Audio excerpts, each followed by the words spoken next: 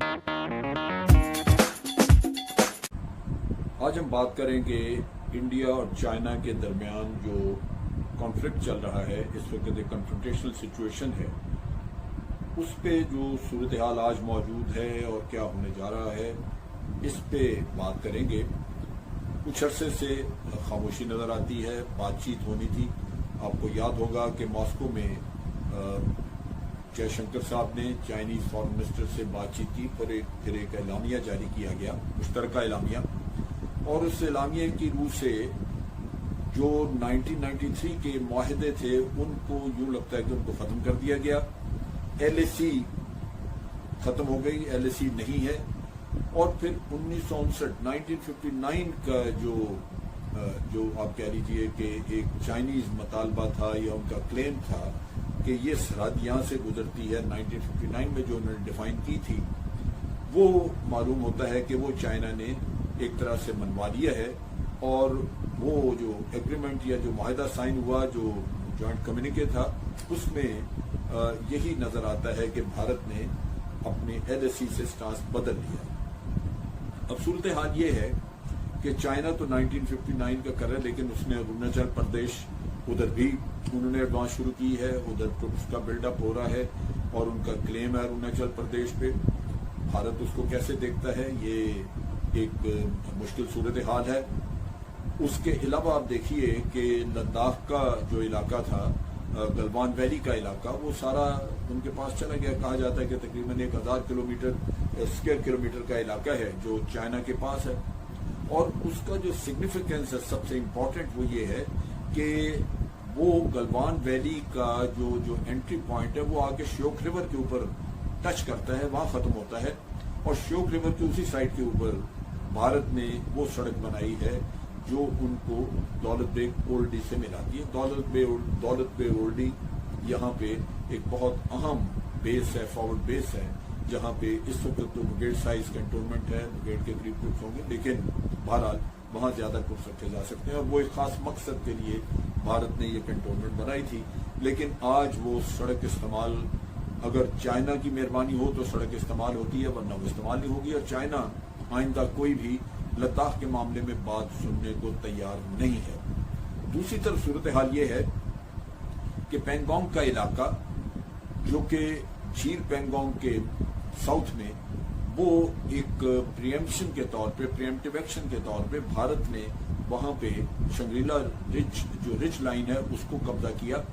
और वहां पे दो बड़े इंपॉर्टेंट पॉइंट, ब्लैक टॉप और हेलमेट टॉप जो है, जो कि हाईएस्ट पॉइंट्स हैं और बड़े डोमिनेटिंग है, वो उन्होंने ले लिए, संभाले। और चाइनीज को वार्निंग दी कि अगर इस तरफ आए तो फिर जंग होगी, फायर किया जाएगा। चाइनीज ने वो इलाके वापस नहीं लिए, वो अपने कैंटोनमेंट में ही हैं। लेकिन देखने की बात यह है कि भारत की पोजीशन यहाँ पे काफी मजबूत है।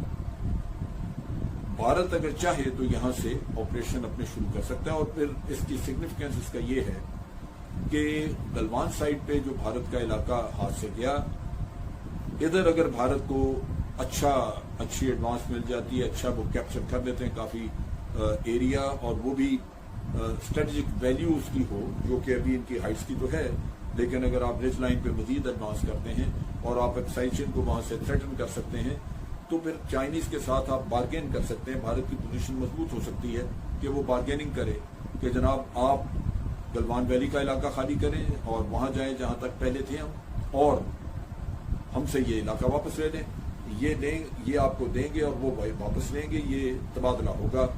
और अगर वो चीज नहीं होती तो फिर भारत बार्गेनिंग पोजीशन में नहीं है।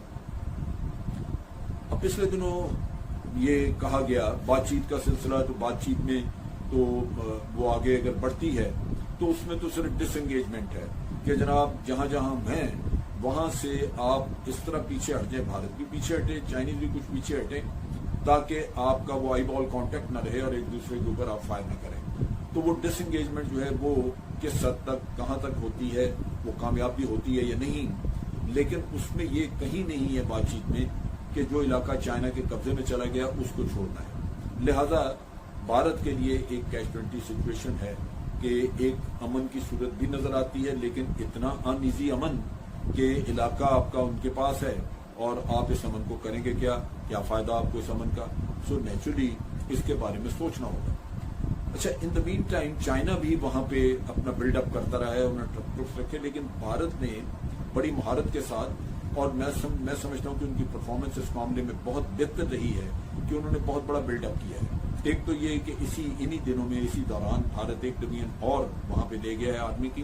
نیچرلی اتنی زیادہ وہاں پہ فورسز ہونے کی وجہ سے بارڈر کے ساتھ چائنا اور بھارت کے LAC کے ساتھ جو بھارت کی پوزیشن ہے وہ کافی اسٹرانگ ہے, کافی مضبوط ہے, اور یہ غالباً چائنا کے لیے شاید اتنا آسان نہ ہو کہ اگر وہ یہ پینگانگ کا علاقہ بھارت سے لینا چاہے, خالی کرانا چاہے تو وہ کرا سکے, کیونکہ اس میں صرف ٹروپس یہاں پہ لا کے بلڈ اپ کرنے کے علاوہ بھی بھارت نے کافی سارا کام کیا ہے. بھارت نے آپ کو پتا ہے کہ رافیل طیارے جو انڈکٹ کیے ہیں وہ ایئر کرافٹ یہاں موجود ہیں سپورٹ کے لیے.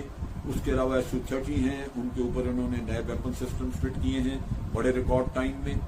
پھر ان کے پاس گلوب ماسٹر جو C-17 Globe master year craft ہیں وہ موجود ہیں. پھر انہوں نے شنوک ہیلی کاپٹرز دیے ہیں. اس کے ساتھ ساتھ انہوں نے تیجا کے 2 اسکواڈرن جو ہیں وہ غالباً تیار کر دیے ہیں, یہ ہونے والے ہیں. تو پرفارمنس ان کی اس لحاظ سے بلڈ اپ کے نقطہ نگاہ سے بہت زبردست ہے.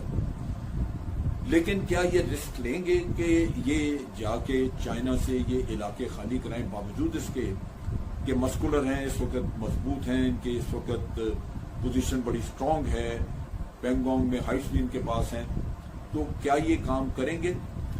یہ ایک رسک ہے جو کہ لگتا ہے کہ پولیٹیکل لیڈرشپ جو ہے وہ انڈیسائسونیس کا شکار ہے. پولیٹیکل لیڈرشپ کے پاس اس کا جواب نہیں ہے کہ وہ اس آگے کیسے بڑھیں. دوسری بات جو پولیٹیکل لیڈرشپ کی ہے, جیسے انہوں نے کہا کہ جناب چائنا کی اسیسمنٹ ہے کہ بھارت حملہ کرنے والا ہے. اب یہ اسیسمنٹ اگر واقعی چائنا کی طرف سے آئی اور کافی دن ہو گئے, تو پھر بھارت نے اس میں کیا ہے؟ کوئی شو آف فورس کیا انہوں نے؟ وہ بھی نہیں نظر آتا, جبکہ تیاری ان کی بہت بہتر ہے. مجھے لگتا ہے کہ ایک ٹیکنالوجیکل ایج ہے بھارت کو اس وقت ایک چائنا کے اوپر. چائنا ٹیکنالوجیکلی غالباً اس وقت تھوڑا پیچھے ہے, کیونکہ بھارت نے بڑے ہائی ٹیک ویپن سسٹم امریکہ سے بھی لیے ہیں, فرانس سے لیے ہیں, اور خاص طور پہ ایئر فورس کے. تو اس نقطہ نگاہ سے تو آپ دیکھیں تو بھارت کو ایک فیصلہ کن مرحلہ آ چکا ہے, اس پہ فیصلہ کرنا چاہیے تھا.